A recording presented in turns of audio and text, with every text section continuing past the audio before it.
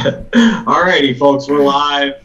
It is a Monday after just another just completely brutal and gut-wrenching loss for the New York Giants.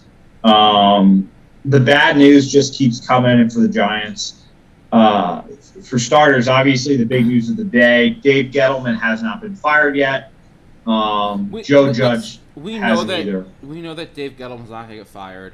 We don't need to dive it. I don't think we need to dive into that. This is the Daniel No, Jones episode. but this is a Daniel Jones episode. But my point, Matt, is that to add on top of all the bad news, it's like, Daniel Jones is out for the season here, possibly even longer than that. The Giants don't say longer than that.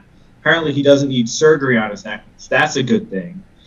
But Matt, there's a chance Daniel Jones has played his last snap as quarterback of the Giants. There's a chance. There is. I think it's unlikely, but you're not wrong.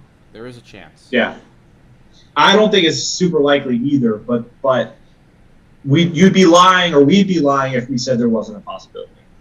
I 100% agree with you on that. There is definitely a possibility. New general managers coming into town. You don't know what quarterback he might like. You don't know what quarterback he might trade for. We don't know who the new general manager is going to be. So until we start to answer those questions, it's tough to know exactly what the Giants are going to do with Daniel Jones in the offseason. Yeah, and I don't think we'll have a true answer until we get to free agency and the draft either. I mean, because the new regime, they might really like a quarterback in this draft. I mean, they shouldn't, but they might. So we don't know, right? Like we simply do not know. No, we don't know. Which is a bit terrifying in a lot of ways because, we want this team to be successful, and obviously in order to be successful, you have to have good QB play. Guys, I want to talk about though with Jones, kind of a career in review so far. All right, kind of a career in review so far because for me, there's been a lot of great memory, right? There's been a lot of really, really exciting comeback in his career. Well, I think most importantly, and I think the reason why we're doing a quote unquote Daniel Jones episode is, let's look at the rookie year. Let's look at the second year, kind of separately, very briefly. We've already talked about these a million times. And then I think there's a notion amongst a lot of Giants fans that Daniel Jones improved this year. And I want to actually look at the season and look hard at the season because I think we make judgments after the first couple weeks of the year and we just assume that those judgments are facts. And I want to look, which makes no sense, but yeah, I think we're guilty of it as fans. I want to go through and I want to look a lot harder at that. That's what I want to do. Yeah, let's do it. All right, let's start. Would you want us to go over his rookie year first, or do you want to kind of catch up his career until this season, and then we could dive into this year? Because listen, rookie year, I think he had a lot of us, including me. Like I was excited for him after the rookie year. He threw for over 3,000 yards. He had 24 touchdowns, 12 picks. Yeah, he was fumbling, but he was a rookie. I think a lot of us were excited for him, man. Is that fair to say? Like, or at least cautiously optimistic. I mean, yeah. After his rookie season. It was one of those situations where you knew the guy was going to turn the ball over a ton. Like, that was just a fact. As rookies do that. They have a lot of dumb plays, a lot of dumb turnovers, and you kind of just hope that, the touchdown success that he had at year one, throwing the ball in the tight windows, throwing the ball deep, all that kind of stuff, you kind of hope that, he kept all of those things and he'd cut back on the turnovers as he learns, kind of the game slows down and stuff for him, right? Yeah. That's not what happened. The turnovers did cut down year over year, but so did everything. But not significantly, right? Because I think there's this myth. Like obviously, you don't want to have a quarterback like Jameis Winston that 1 year throwing 30. He had that 30-30 year with 5,000 yards or whatever. Like that's like you don't want to be turning the ball over 30 times. But turnovers, it's okay to be a gunslinger, right? It's okay to be a gunslinger and turn the ball over sometimes. Like interceptions get a very bad rep, right?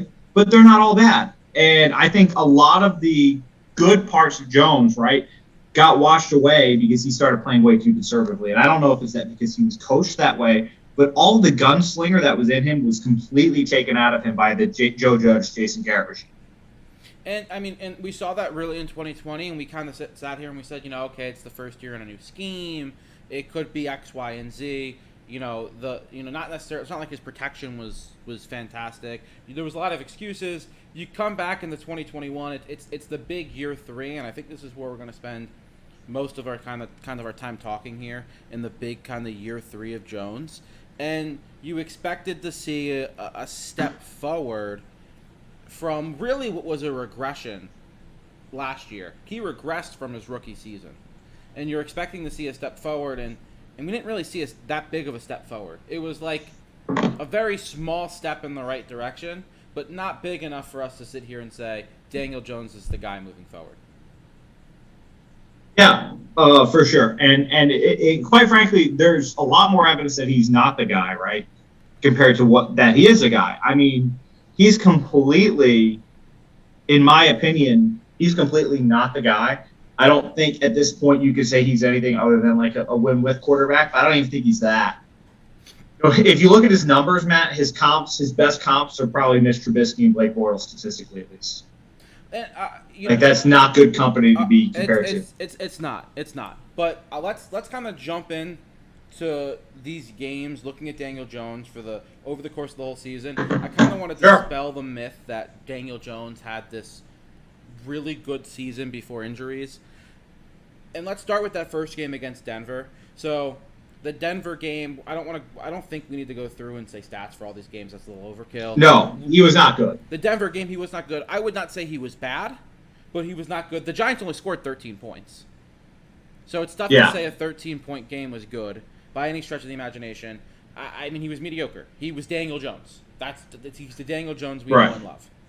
And I think this is the game that people still go back to and say, oh, he could be the guy for years to come. It was that Washington game. That Washington game, week 2, Dan, which I think is where a lot of the notion of Daniel Jones had a good season.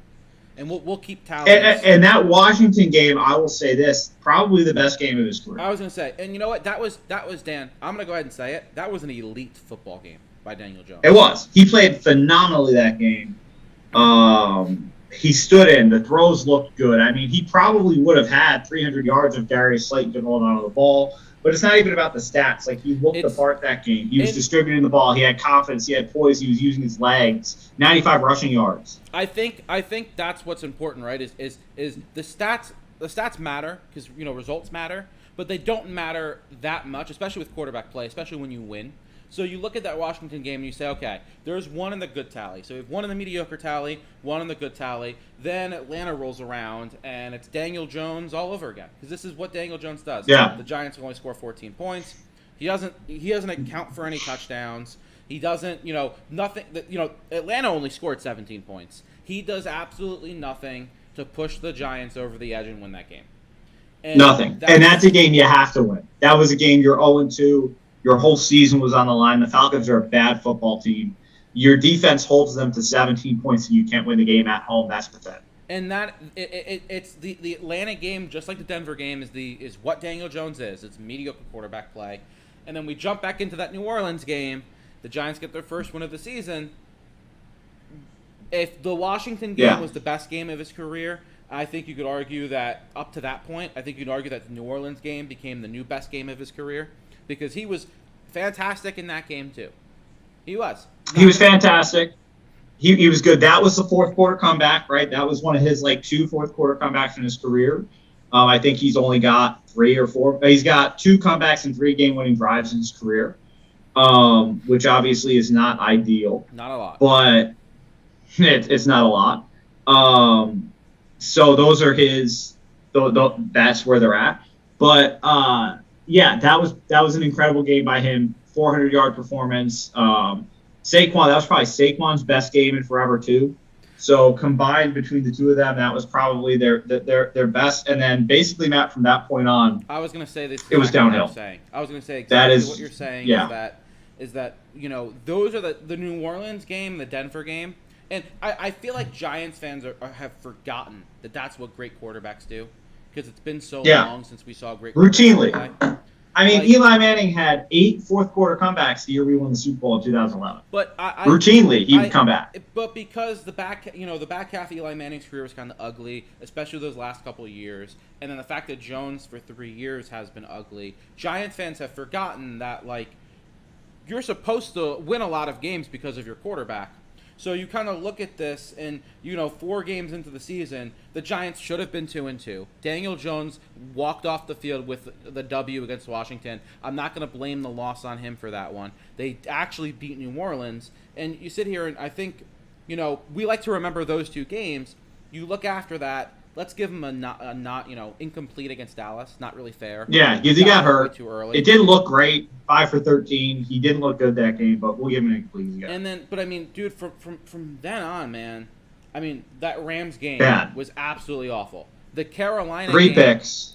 The Carolina game, I'll go ahead and say they did what they had to win. That wasn't a bad game by Jones. He did what he had to win, but it wasn't like he had a stellar game. It was just a meh game. The defense won that game. The defense won that game. The defense only allowed 3 points. You give credit where it's due to the defense. And then you go on and you look at the Kansas City game. The defense held Kansas City to 20 points. Where was Daniel Jones in that game? He did not show up big. He did not play particularly well. He didn't play particularly bad either. But that's like the ongoing story with Daniel Jones is I don't think there are very many games where he's the reason why you're going to lose, but he's never the reason why you're going to win. And that's what you need from a quarterback.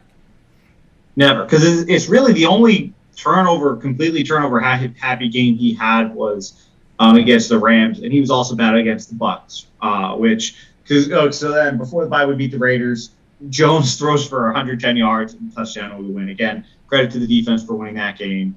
And then the Tampa game, Matt, we were there. He was atrocious. He was atrocious. He was very bad.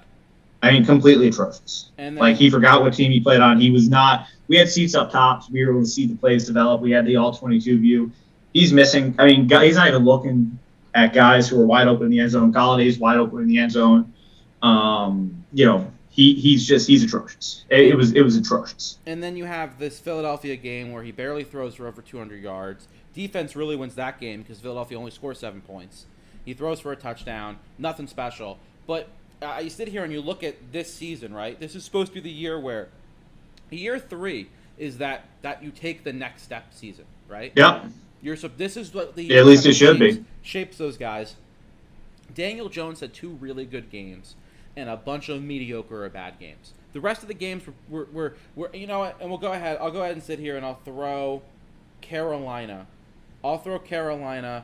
In the good. So he had 2 great games. I'll say Carolina was good. I think that's being conservative and nice. I would say that's very nice. And then the rest of his games, he just wasn't good. He just didn't play good football. He was not a good quarterback. No. And now that that's out of the way, and we could sit here and say, Daniel Jones played, 11 games this season, and 8 of them were mediocre to bad. I don't see how any fan could sit here and say, oh, yeah, this is still the franchise quarterback. It's not. No, it's not. He's not. He's not. It's time for us to accept that at this point. And I just don't know why it's so. I don't get the attachment to Daniel Jones. I understood why some fans couldn't let go of Eli. Letting go of Eli was tough. And I think, Matt, we were some of the first fans to probably let go of Eli, if that makes any sense. Like you and me, I feel like we were kind of able to not think with our hearts and think with our brains. Because, listen, Eli is our favorite player of all time, right? I know I'm speaking for you in saying that, but would you agree Eli is your favorite player of all time? 100%. Me too. But we were able to kind of separate our hearts from our brains with Eli. But I don't get why the fans are attached to Daniel Jones. I don't understand. What is it about him? He's not Eli Manning. He's never been Eli Manning. He never will be Eli Manning. He is 12. I know he kind of looks like him. He doesn't win. He doesn't throw the ball particularly well. He doesn't have arm talent. He has no personality. There's nothing really fun about him, or there's nothing that makes him, in my opinion at least, somebody who is like a slam dunk player. I just don't. I don't get it. I don't understand the attachment. So I kind of look at it like this, Dan, and I think because he's on IR. His season's over. I'm sure everyone knows that. If you're listening to this, whether you're listening to this live or you're listening to this later,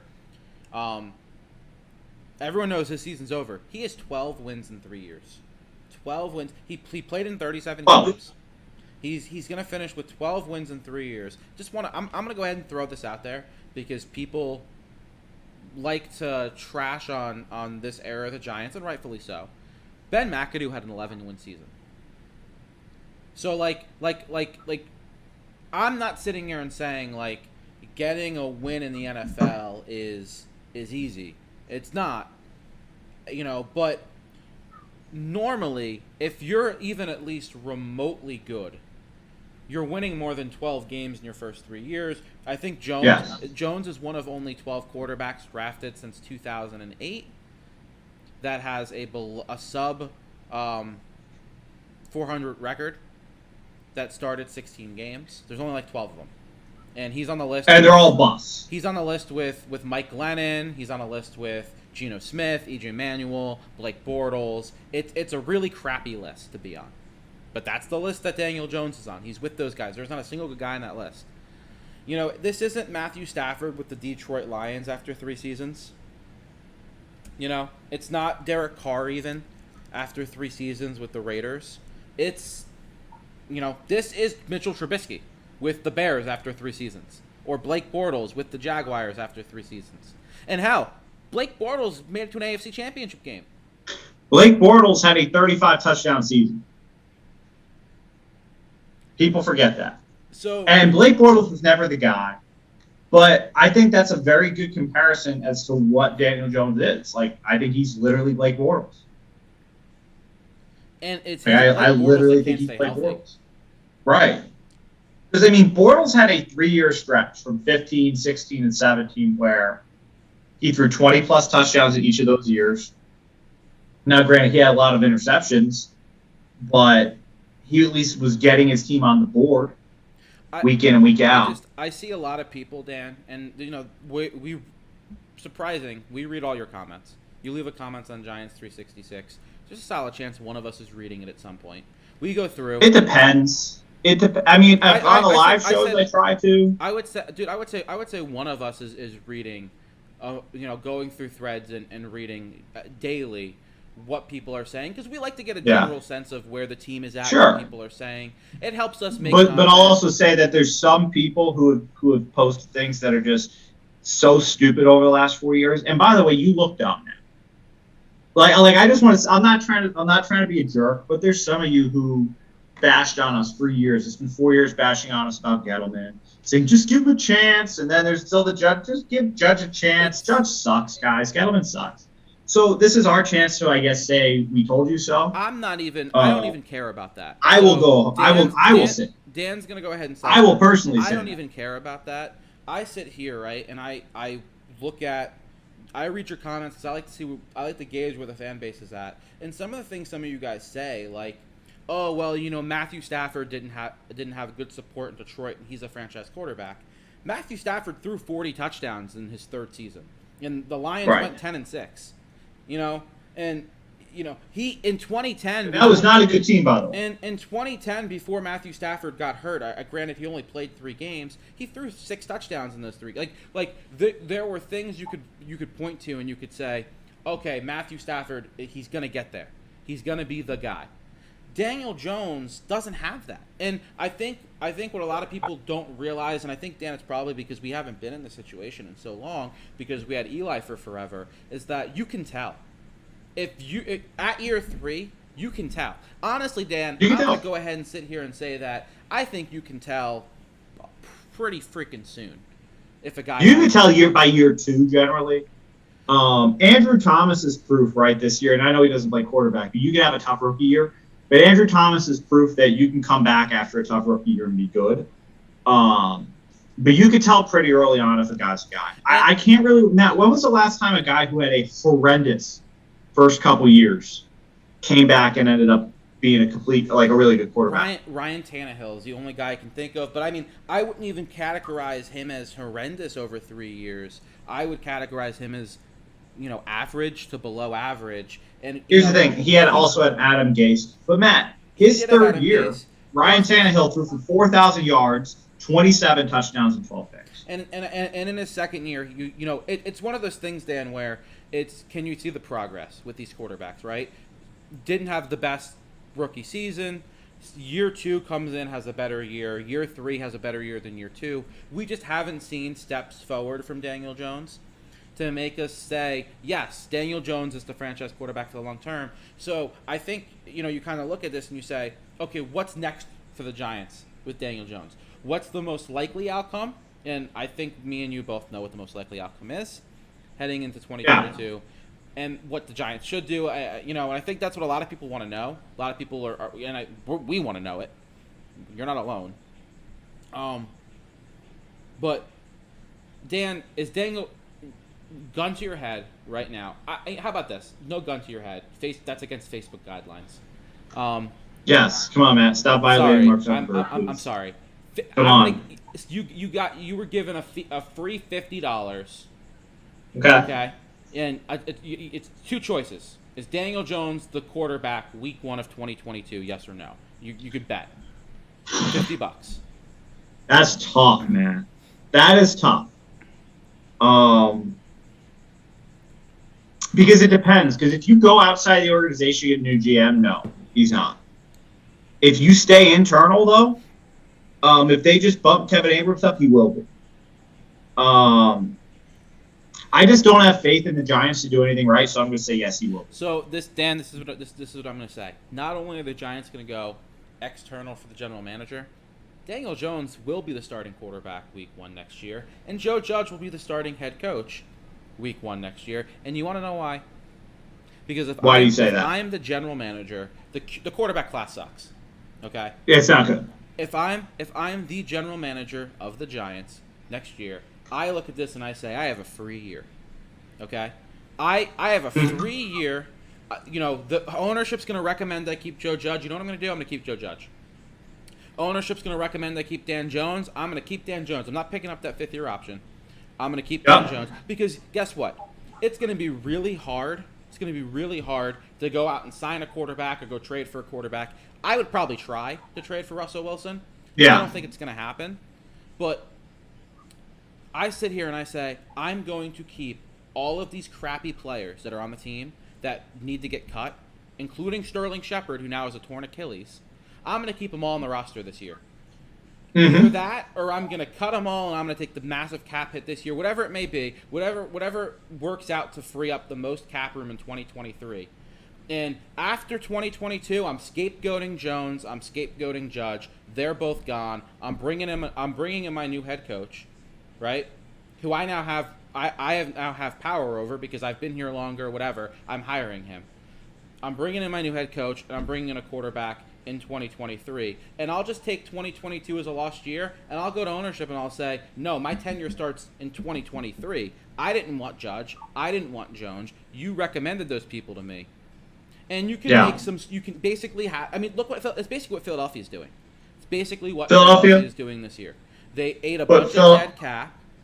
They ate a bunch of dead cap this year. They plugged some holes to figure some things out, and they set themselves up wonderfully for 2023.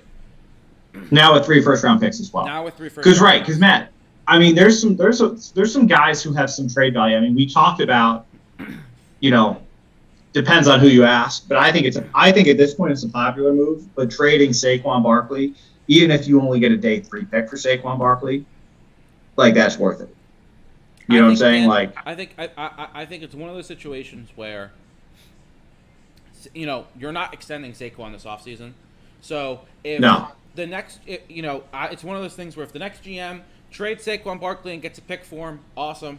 If he just lets him play on a $7 million option and, he leaves in free agency because he's going to get hurt, awesome. Who cares? Unless you're getting like a day 2 pick for Saquon, where if a GM walks in and can get a 2nd round, 3rd round pick for Saquon. Yeah. Great move. Honestly, they might deserve like a Nobel Peace Award or something like that. It's one of the situations where, again, if I'm the next GM, $7 million, like I can save $7 million, whatever. I'll let Joe Judge keep his players and prove to you that he's not a good head coach, just so I can fire him next year. I know a lot of people are going to think, why would a GM do that? Honestly, because that's how a GM's going to get a job. This job. Let's be real. Let's be honest with ourselves. The next GM is going to get this job by sucking up to John Mara and saying, I believe in Joe Judge and I believe in Dan Jones. And then a year later being like, well, you heavily recommended me. I keep these guys. I actually don't want them. They're gone. That's what's going to happen here. And I'm not saying that's the right move that a GM should do, but at the same time, you can position yourself up. You position yourselves really well for 2023. If you kind of make 2022 a burn it down year. And then you could compete in 2023, not just position yourself well. Like you could put out a team that competes to make the playoffs in 2023, or at least if you play your cards right. Or at least you're in the situations where you're building hope, right? You have a rookie quarterback, and it's one of the situations where honestly, Dan, I said this amongst our chat with other fans and stuff. The Giants right now are building for 2024. Yeah. Which is a lot of people aren't gonna like that. That's what sucks. They're doing. when you miss it sucks. When you miss on 2 head coaches, you miss on the GM, you miss on 2 head coaches, and you miss on the quarterback in a 4-year span, it takes 3 years to turn things around. Normally, I mean, look at Cincinnati's doing it, and Cincinnati kind of is competing in 2 years. We'll see if they'll make the playoffs. It normally takes 3 years to actually sit here and say, yes, that team is a Super Bowl contender, like Buffalo. Okay. Right. And that's when, Buffalo became a Super Bowl contender in Josh Allen's 3rd year. Yes. The Bengals are not a Super Bowl contender. It'd be a win for them if they can make the playoffs. But yeah, the Bengals, you're right. That is a good model of health. Here's the difference, though. The best quarterback in that class was Joe Burrow, who was a legitimate guy with top 10 potential. If he's not already top 10, he might already be top 10. Joe Burrow. If he's not top 10, he's already top 15 at least. And so another team that's in kind of that same boat, the Chargers. Year 2 of Justin Herbert, they're competing for the playoffs. Yeah. Let's see what happens next year. They're not a Super Bowl contender right now, but let's see what happens next year. And I think that's what's so disappointing is the fact that next year is probably going to be really ugly. 2023 things might turn a corner, but it's really 2024 where you're kind of looking and saying this team's gonna be good. That's depressing. That's so depressing. That's the truth. It's really sad. It's sad. But honestly, that might be. But listen, would you guys sacrifice the next 2 years? And this is a question for the comments. Seriously, answer this in the comments. Would you sacrifice the next 2 years if, from 2024 on, you could become a perennial contender? You could be a team that's in the playoff hunt every year. I don't actually think I would. It's not like I don't think you're sacrificing the next 2 years in the sense that like the next GM could do some great things next offseason. In the sense that you can shed a lot of cap for future years, not next year, but for future years. You have 2 first-round picks. You actually have a lot of draft picks. You have 2 first-round picks. They have 2 third-round picks. They have the second-rounder. So you can pick a lot of good young players that we'll be able to watch them develop in 2022. But you're probably not getting the quarterback until 2023, and until you have that quarterback, it's really hard to get excited. Yeah, it is. It is hard. I really just hope that the next quarterback we take we can get behind, because I really don't think – Matt, we always hated the Jones pick. We were never shy about that. But it's just so much better when you like the players on your team. And really, truly – I don't really like anybody on this team. I like Tony, but he's been so far. Let's backtrack to what you said, though, right? We didn't like the Jones pick, but boy, oh boy, did we get behind Daniel Jones. We tried to. We made these. We did. And after his rookie season, we sat there and we said, you know what? We'll give this guy a chance in year 2 to see what he's all about. Maybe we were wrong. We weren't wrong. We weren't. We were spot on. Same thing with Gettleman. We gave Gettleman 2 seasons with Shermer. After those 2 years, we said enough's enough. Even after he picked Saquon Barkley, which he never should have done, we gave him another chance. Enough's enough. And hey, listen, when he extended Odell, we're like, all right, well, he found a way to keep Odell. And then the wheels just started coming off. Trading Snacks for me, I really think the nail in his coffin for me was when he traded Snacks, which was fine, trade Snacks. But he trades him for a 5th-round pick and then takes his replacement with a 1st-round pick. Yeah. That just proves to me that you have no clue what you're doing. He's no plan. And you know what, Dan? We gave Joe Judge a chance. Hell, actually, I'm not to put you on blast. We did our state of a franchise thing. You were head over heels in love with Judge. I was. Yeah, hand up, I was. Guilty. You know why? Because honestly, Joe Judge is a great salesperson, which is why he should go coach college football. And that culture stuff works in college. And not only that, Joe Judge, Matt, he's hard-nosed Ted Lasso. That's what he is. Not only that, he's like, if Ted Lasso thought he was tough, that's what Joe Judge is. Not only that, Dan, but they finished the year pretty strong. There was a lot of things looking up to where you could say, yeah, you know what, Dan, Joe Judge could be the guy. And it's all the mistakes that he made in year one, he made again in year two. They never were able to figure out time. He's never been able to figure out timeouts, which is a basic concept. No. He's never made. They don't make in-game adjustments. If I were an NFL head coach, I would literally hire somebody to manage the clock for me. I like that is worth. I would literally call assistant coach of time management, and that would be their only job. It's one of those situations, right, Dan? It's one of those situations where we gave these guys plenty of chances, and the next GM, unless it's Kevin Abrams or Kyle O'Brien, which are the two internal candidates, I will give them 2 years. Agreed. Give them 2 years to start. Agreed. And I don't need to see, Super Bowl contender in 2 years. I don't even need to see a 10-win team in 2 years. Just show me this thing is headed in the right direction. Yeah. Show me that with good players, like draft good players, draft guys who are good and that you can get behind. There's nobody on this team that you can really root for. It sucks. This is the worst time, Matt, I've ever had as a Giants fan in my life. This is the worst team we've ever cheered for. This is the worst. There's no likable players on this team. There's none. Everybody's just cringe. Logan Ryan, every time he opens his mouth, I want to puke.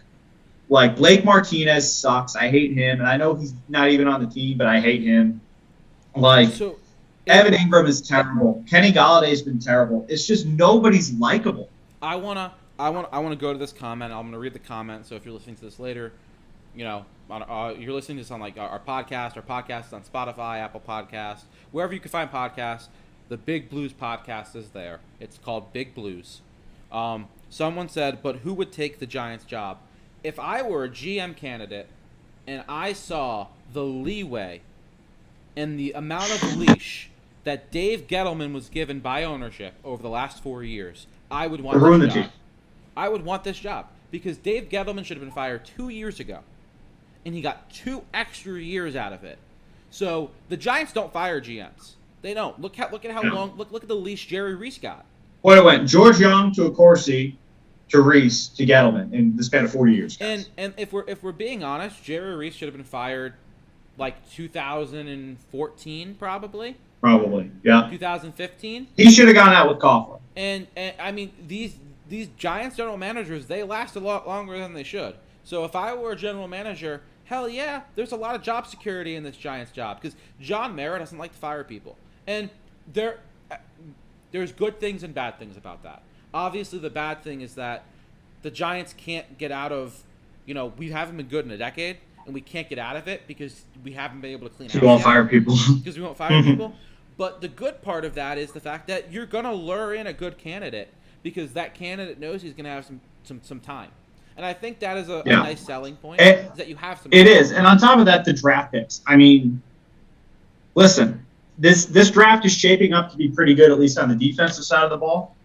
And when you're a Giants team that needs literally everything, you're going to get, 2 really good players in the top 5 or top 7, wherever the picks are going to end up being if you end up staying there.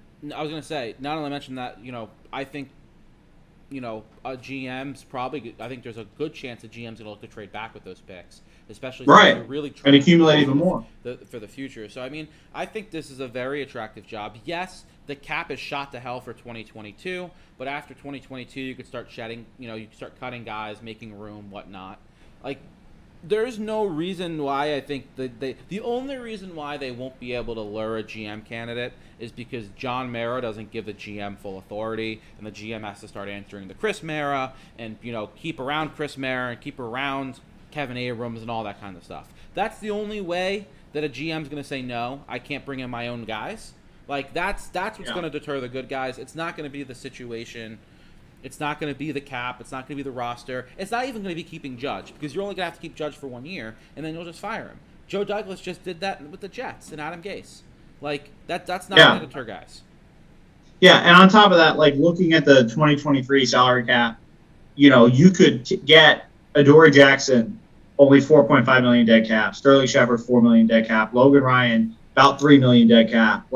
You can get out of some of these really bad deals that you had. That were signed, you can get out of a lot of those. I mean, the Giants are going to be flush with cap space. They're estimated to have, before even cutting anybody, $90 million in cap space heading into 2023. And that's with Kenny Golladay and Leonard Williams. That's with Golladay and Leonard Williams. That's without cutting any of those guys. That's not even saying you're going to cut Leonard Williams, and you're probably going to cut Kenny Golladay. But hypothetically saying you're not even going to cut Kenny Golladay, I mean, it's not the worst situation for the next GM. It isn't. That's just the fact. It's really it's no. There are reasons to take this job. Ed Dodds, there's reason to take this job. Like, yeah. And if none of you guys want it, just hire us. I'll let Matt handle the salary cap. I was gonna say. I said the name Ed Dodds, and I was gonna say Stan's gonna say something in the chat. Yeah. And where's Stan? Is Stan in there, or is he too busy sending fan mail to Ed Dodds? I think Stan should start an Ed Dodds fan club. I'm gonna go ahead and say it, Dan. Okay, if Ed Dodds is interviewed by the Giants, okay, we'll actually know if this is what we think is a quote-unquote good job opportunity and Mara is actually going to work with the next GM like he should. If Ed Dodds keeps his name in the running, he's interviewed for 2 GM jobs over the last 2 years. He's pulled his name out of both. So he's literally said, I don't want this job. In both smart. cases. So if we interview Ed Dodds and Ed Dodds sits here and says, I don't want this job, then we know that, because, I mean, he's holding out for full control of the roster. I mean, he's looking for the best situation. But, I mean, he'll get full control in New York. I don't think that'll be an issue here. Full control in New York. You still have to collaborative. You still have to deal with Chris Mara and your front office. Because if we're being honest about this job, Chris Mara, you can't fire Chris Mara. He owns part of the team. You can't fire Chris Mara. Like, Chris Mara is going to be in the same role with the next general manager. Unless, I think what you need, and this is what the Giants really need, is the next GM needs to come in and say, like, no, I'm not listening to you. Like, you may own the team, but you hired me to do a job. And I have final say. You need them to kind of put the Maras in their place. But it's hard to fire a guy that owns the team. Chris Mara owns the team. I don't think fans it's funny. It's like he's the SVP of player personnel. It's like this football operations team is funny because, like, if you look at it, right, like Kevin Abrams is the VP of football operations, right? You have Jesse Armstead in there, who I don't really know what he does. But player personnel, right? The personnel side in particular, like Chris Pettit, like he's the director of college scouting. Launch him into the sun, please. I mean, their scouting process is completely flawed. They don't hit on any picks, really, aside from their first and second round picks, and that's only sometimes. So there's like certain people that they just like truthfully, the entire player personnel staff, I would completely clean house. I would get rid of everybody, literally everybody. But unfortunately, Mara's on farm. I was gonna say Chris the hard part about it is that when you look at the Giants, and this is public knowledge. It's on the Giants website. And when you look at the ownership group, okay, there's quite a few names in there. When you look at the ownership group, you sit there and you look and you see Chris Mara, and you see senior vice president, player personnel. Like, no one else has that. No one else has that. So the owner of the team has direct say in personnel, and that's what makes things different. We're no different than the freaking Dallas Cowboys. We're no different than Dallas. We have a figurehead GM that has to listen to that person. Yeah, and it's funny, and I love how John K. Mara, Esquire. Like, are you kidding me? Like, is this guy, like, is he even a real person? Like, or is he just a robot? Like, he's so completely out of touch. Like, he's so completely out of touch. Like, it's not even fun. And I think Dan, and he is out of touch. And I think half the reason why they kept Dave Gettleman around last year was they weren't going to have to fire all these people in their front office. And guess what? The only way to fix this, Dan, is you got to fire Kevin Abrams. He's been with the organization for 20 years. Yeah. How long has Chris Pettit been here for? Chris Pettit's been here for a very long time. I think he was here for like 13 years, 15 years, something like that. You got to fire Chris Pettit. You got to fire. Is Tim McDonald one of the guys, or is he the guy? Kyle O'Brien's the guy from Detroit. You got to fire Tim McDonald. He's been here for the last decade. All these guys that have been a part of the team for so long that were actually here for some of the good times. You got to fire them. It's time. They're It's not doing time. a good enough job. Yeah. And listen, it's either that or you're going to lose fans. And because, again, like, just for example, like I was talking to our aunt last week, Matt, and was talking about her grandkids. She has grandkids that are, 10, probably 12, something like that. I'm like, oh, they're Giants fans, right? And she's like, sort of. But they've never been good in their life. So how are you going to get those kids to root for this team? Like, how are you – any kid born in the last 10 years that can grow up watching football is not going to like the Giants. And season ticket membership is dwindling. You could tell. They're already – I mean, remember, Matt, when we were kids, there was, like, waiting lists to get the season tickets. Now anybody could buy them at this point. So it's like they're losing fans by the day. And at the end of the day, like, that's important. They could say it's not important all they want, but that is important. That really is important. I'm going to shift gears back, Dan. Saw a comment in the comments. This is the Daniel Jones episode. So I'm going to shift gears back to Daniel Jones. We have a comment in the comments that says, I've watched football for 40 years now. I know Daniel Jones will be a very good quarterback. He has been totally screwed by the Giants organization. And if you've been listening the entire show, you'll know we've already talked about this. I'm going to reiterate it again. Daniel Jones has done absolutely nothing in 3 seasons to make you think that he's going to be the franchise quarterback. And it goes beyond the fact that the rest of the team and the rest of the offense around him sucks. He does absolutely nothing to make any of those guys better. It's very rare where we have a game where you sit here and you say the Giants won that game because of Daniel Jones, or the Giants should have won that game because of Daniel Jones. It doesn't happen. I will give you 2. 2 in his whole career. I was going to say 2 this year. 2 this year, New Orleans, that's it. And then his first game against Tampa. I'm saying they should have won against Washington. Right, they should. They should have fair. as well. And he had a couple more his rookie season where he threw like 4 touchdowns. I think he threw like 4 touchdowns against the Jets and they lost. That's not the point though. The point is the fact that the guy's just not it. And this in the NFL, when you need a top of the line quarterback to win Super Bowls, it's rare that a guy like Joe Flacco wins. It's rare. Right. Like virtually every season since 2000, there's been like a Manning, a Brady, or a Roethlisberger in the Super Bowl. And it's been that for a reason. It's been that for a reason. You go back go back and look at the history of like just the championship games. I mean, last year it was Tom Brady and Aaron Rodgers and Patrick Mahomes and Josh Allen.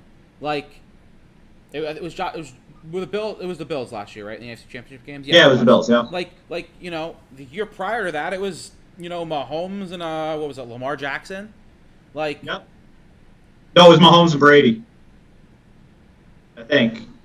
No, I thought Brady lost in the playoffs to Tennessee that year. Was it Mahomes? No, yeah, it was Tennessee. No, it was Tennessee. Mahomes and Ryan Tannehill. Like, it's just, and Tannehill had an elite season that year, and you guys can catch fire, but it's just, it's when you have a top 10 quarterback, everything is so much easier.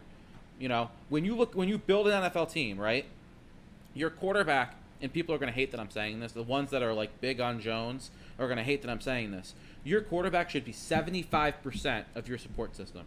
Your quarterback should be the most valuable asset that your team has, more valuable than your general manager, more valuable than your head coach, which is why the Seahawks should fire Pete Carroll and not trade Russell Wilson. But your quarterback, 75% of your support system should be your quarterback, and then you have to figure out how to plug in the other pieces to get to 100% to win a Super Bowl. When you have a guy like Daniel Jones that's only like 40% of your support system, it's really hard to win. Or 50%.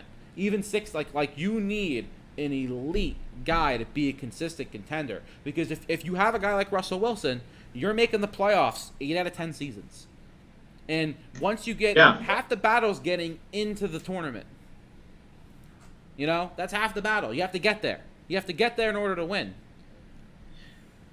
Last 10 Super Bowl champions. All right. We'll go back to the 2010 season. Aaron Rodgers, Eli Manning, Joe Flacco, Russell Wilson, Tom Brady, Peyton Manning, Tom Brady, Nick Foles, Tom Brady, Patrick Mahomes, Tom Brady. It's like so, you can sit here there's and say two guys that are not Hall of Famers on that list. That's it. And I mean, we're talking about like Philadelphia Eagles that year, really good team all around, offense and defense. Right.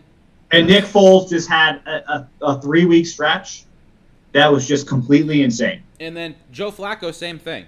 Offense and defense played great. Joe Flacco had a 4-week stretch where he was absolutely he tore it up. And Ray Lewis said he was retiring, and that's why he won. So because let's this is the Daniel Jones episode. Let's turn it into the quarterback episode because people in the comments are asking about Russell Wilson. Let's talk about Russell Wilson, Dan. And let's do it. Let's talk about why Russell Wilson's not a bad idea. Because I think a lot of Giants fans, they look at the fact that Russell Wilson is 33 years old. And Tom Brady is what? 44? Something like that, yeah. And Wilson, he's not going to play those. Russell Wilson won't play that one. Wilson just turned 33, so he's freshly 33 years old, okay? And let's talk about why this isn't a bad idea. The first thing I'm going to say is Russell Wilson puts over $1 million a year into his body. There are like two quarterbacks in the league that take care of themselves to that level. It's Russell Wilson and Tom Brady. So I think Russell Wilson, Dan, you're trading for him. You're trading for 7 years of Russell Wilson, and that's 7 years of Russell Wilson at a high level. So that's quite a bit of time. 7 years in the NFL is a long time. Just go back and look at the NFL 7 years ago and see how different things were. Okay. Secondly, the other thing people like to say is, oh well, he's just be going from one bad offensive line in Seattle to another bad offensive line in New York. You can turn an offensive line around really quickly. Look at the Chiefs. In one offseason. One offseason. You could turn a whole offensive line around. And listen, ready for this? I've already mapped out how the Giants do it. Right? Basically, this is how, Matt, the Giants fix their offensive line. Are you ready for this? Go ahead. Are you ready for this? Basically, you use either one or both of your top 10 picks this year on the line. You get a healthy Gates back, which hopefully you do at guard. And then basically, if you got 3 out of the 5 positions on the line set, and mainly the 2 tackle positions set, you're fine. You could hide a bad center. You could hide one bad guard, right? So you could fix the line this offseason. That's the point I'm trying to make. And I think the most important thing is the fact that the biggest hole that teams are always looking for is left tackle. You have that solved. You have the left tackle. Yep. You have the left tackle, who's allowed 1 sack this entire year according to PFF. And not only all that, but believe it, guys, Russell Wilson's going to make the line better because he's going to he's going to get rid of the ball quicker. He's going to be able to read a defense better than Daniel Jones. Honestly, Dan, I'm going to go ahead and say this because I don't think a lot of people realize this. In terms of pressures per dropback, percentage of dropbacks pressured on, Jones is being pressured on 34. He was. Season's over. Jones was pressured on 34.5 of his dropbacks. That's middle of the pack.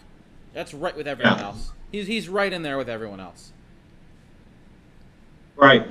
I get the line's not great. I get Billy Price isn't good and Ben Bredesen isn't good. I get it. But Matt Parrott's been a complete bust. I get all that. But it's become a crutch at this point. It is. You could win even if you have a bad line. I mean, Justin Herbert had the 32nd ranked offensive line last year in football, won Rookie of the Year. Good quarterbacks are going to win. I'm not saying you're going to trade for Russell Wilson and next year you're going to win the Super Bowl. I'm saying you're going to trade for Russell Wilson. You put Russell Wilson on this team this season, the Giants are a playoff team.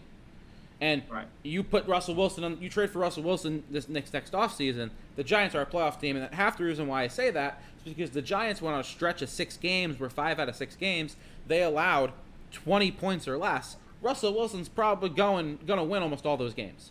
Because he's going to score points. So, age, not an issue. Age is not an issue. The fact that the line sucks isn't an issue. He wants to come here for a reason. It has nothing to do with football. It has to do with the fact that I think he wants to live in New York City because of his wife. Yep. He has a place in New York.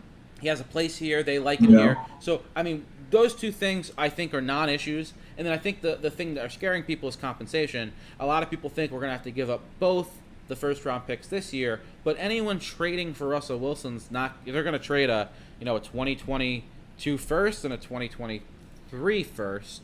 So you're still going to have a top 10 pick this year, because I don't think the Giants will budge on that. So you're going to have to trade a high pick this year. You're going to have to trade a pick in 2023 in the first round. You're probably going to have to trade your second round pick this year. And then they might want a good player. Like, you might have to go ahead and trade Dexter Lawrence, who's an sure, deal, take him. Take Saquon too while we're at it. Like when you trade those guys away, you have to realize, we talked about the support system, right? You're trading away a small percentage of your support system. They get a guy that makes up 75% of it. An actual elite quarterback. A guy that can win any year. You get into the playoffs, and Russell Wilson can win you games in the playoffs and win you a Super Bowl. Like, I don't think people realize that. The guy's had one. This will be his first losing season. And he's never played. And he's not even played all the games this year. I don't know if he's actually even has. Does he even have a losing record this year? He's 4-6. He might finish 4-6. He might finish the season without a losing record, Dan. Be good. But he's never. His worst season is 9-7. Like I don't want to hear that the juice wouldn't be worth the squeeze. No, it would. The Seahawks would absolutely do. The Seahawks play the Rams tomorrow. They play the Bears Sunday. They play the Lions and they play the Cardinals. I could sit here. It would not shock me if Russell Wilson finished the year. What would that be? 7-7. He goes 3-1 or something like that. Would not shock me if he kept his not having a losing season intact. And I think that includes the fact that he played that game where they rushed him back and he was absolutely awful against Arizona in the beginning of the season. I think he threw like 3 interceptions. So it's hard for me to sit here and say the team should not trade for a quarterback that has, a career passer rating of like 102 and has a 102-51 record. Like, it's hard to say don't trade for that guy, especially when that guy's still young. 33 is young for a quarterback. Yeah, it's not like he's a linebacker. It's not like he's an edge rusher. Like, he's a beast, man. Yeah, it's going to be interesting to see what happens. But I really don't think I don't think Russell Wilson's going to be on Seattle next year. I really don't. I can't see it. Can't see it happening. I think we'll see. A lot of people are sitting here and saying, "Oh, we're rebuilding." We have a comment. We're rebuilding. We need young players to rebuild with. Tell that to the Buccaneers. Yeah, the Bucs were a laughingstock for basically 20 years. They signed Tom Brady and won the Super Bowl. Tell that to the Buccaneers that you need young players to build around, because you don't. You need good players to build around. You need good players. You would trade. I think a lot of people, right? How many first round picks would they have traded to move up and gotten Trevor Lawrence last year, right? And a lot. Because you're getting an elite quarterback. Well, you have a guy. He's an elite quarterback. He's not that old. He's 33. That's not ancient in the NFL for quarterbacks anymore. You're going to get 7 good years out of him. That's a very long time in the NFL. That's enough time to basically turn your whole roster over, except for him. And it's enough time to win a Super Bowl. Oh, 100%. And, I mean, it's one of the situations where, look at the Giants 7 years ago. Is there anyone from the Giants 7 years ago still on the team? I think the answer is no. I mean, the Giants aren't the greatest. The Giants aren't the greatest example in the world. But, I mean, you look at look at the Bucs. I think Mike Evans is probably the only guy on their team from 7 years ago. It's one of the situations where to sit here and say, oh, well, you might only have 7 years of Russell Wilson, and 7 years is an eternity in the NFL. You can win a championship in 7 years. 100%. 100% you can win a championship in 7 years. You can win multiple championships in 7 years. I sit here and I find it difficult to say, no, we can't trade for Russell Wilson because he's 33 years old and it will cost too much. I personally think that if Russell Wilson's not happy in Seattle, then they should fire everyone that's making him unhappy and keep him around, because he's one of the most valuable pieces in football. The cost of not trading for somebody like Wilson is a lot higher than the cost of actually trading for somebody like Wilson. The cost of not trading for him, the cost of going into the future without a quarterback is much higher. Because even if you spend your first-round picks on good players, it's not going to mean a lot unless you have a QB. Someone else in the comments said, "Why not get Aaron Rodgers then?" Go get Aaron Rodgers then. I'm all for trading for Aaron Rodgers. You want to trade one of these top 10 picks and go. I think Aaron Rodgers costs less than Wilson. You obviously should because he's younger. Your window with Wilson, your window is probably twice as long than it is with Rodgers. Yeah, because I was gonna say I don't think Rodgers is hell bent on playing super much longer. I think you're going to get 3 years from Aaron Rodgers. But yeah, I'm all for it. You're going to Super Bowl in 3 years. Imagine you go and you trade for Aaron Rodgers. I'm telling you right now, Kenny Galladay is a much better player. Kadarius Toney is a much better player. Evan Ingram's a much better player. I think there's a chance they try to lure Devontae Adams to come play here too. I mean, I'm not saying they have the cap room to do that. I don't think they do. Maybe not right away, but Devontae Adams, I don't think has a contract beyond the season. Looking right now, he's a UFA this year. Devontae. You're going to get guys that are going to come to the Giants at a discounted rate because they want to play with Aaron Rodgers. Same thing with Russell Wilson. You're going to have guys that are going to look at and say, "Oh, I can live in New York and play with one of the best quarterbacks in the league. I'll come to New York on a discounted rate." You're actually going to and try to win, just like what happened with Brady in Tampa. Yeah, sure, go trade for Aaron Rodgers. I'm all for it. For 3 seasons of elite play from Rodgers, sign me up. That sounds great. Like we're in a point where the league it's so much about, do you have an elite quarterback? Yes or no? If the answer is yes, okay, you're a contender. In a league where it's so much about the quarterback, do whatever you can to get the elite guy. And if you only have the elite guy for 3 years, guess what? Kick the can down the road for 3 years. We'll worry about who's next in 3 years. A lot can happen in the NFL in 3 years. A lot can, man. It's crazy. I mean, if you told me 2 years ago that Brady would have already won a Super Bowl in Tampa, I would have said you were insane. So, and to be honest, I think like a lot of us, including myself, Matt, I feel like we even mocked Brady going to Tampa. A little bit. We're just like, well, it's kind of like polishing a turd. That's kind of what we thought. But listen, the two biggest, probably the two best quarterbacks ever, Brady and Peyton Manning, they both won Super Bowls in last, little bit stretches with different teams. You could do it. You could do it. Imagine if Denver was like, you know what, we're going to stick with Tim Tebow. We just won a playoff game. Yeah. We're not going to go after Peyton Manning. You don't, when opportunity presents themselves to get these Hall of Fame level guys, you gotta grab it. You gotta go out there and just grab it. You do. You really for sure, do. man. And I understand that I think there's a way to build a team, and there is a correct way, right? You can build that contender for the next decade by drafting the Joe Burrow and stuff like that, and hoping that guy works out and everything's fine and dandy. But I mean, there's other paths to get to the same result, I think. And I think one of the biggest ways to get there is getting an elite quarterback. And yes, the ideal scenario is you draft a young guy and you have him for the next 12 years. Doesn't always work out that way, and you gotta be flexible. Doesn't. You do, man. So if Russell Wilson is really going to force himself out of Seattle, and you can get him at a discount, you go get Russell Wilson. Same thing with Aaron Rodgers. And I say that because the Seahawks almost traded him to the Bears this offseason. They were this close. The two GMs, Matt Nagy and Schneider, they met in Wisconsin, I believe I read, and they tried to hash out a deal, and they could not come to terms. I don't think the Giants would have the same issue. So I don't actually know what that deal looked like. Do you know what that deal looked like? Do you have any idea?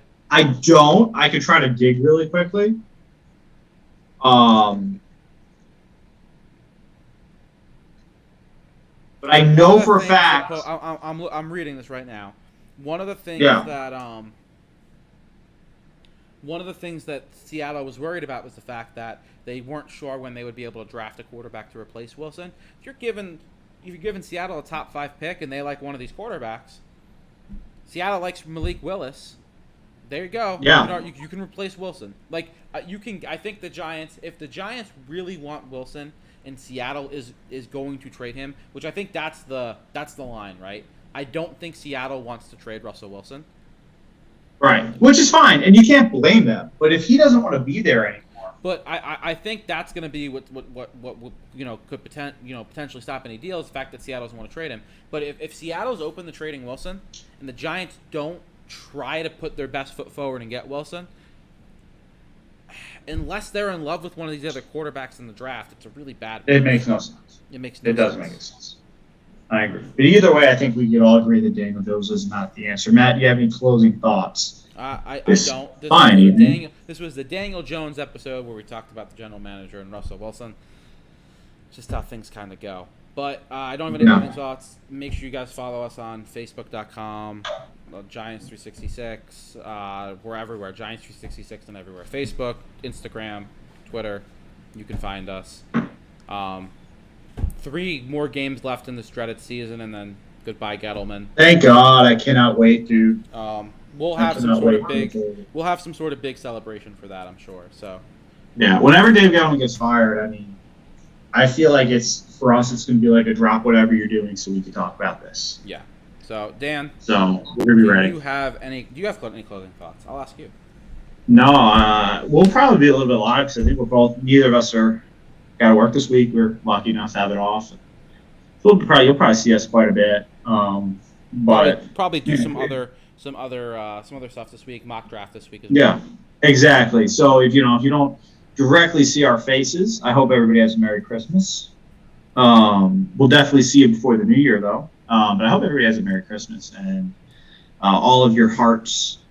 And truthfully, I just hope that everybody, the biggest thing I want this year for Christmas is to wake up next Monday morning and see Gettleman for fire. That's what I want. So that's not going to happen.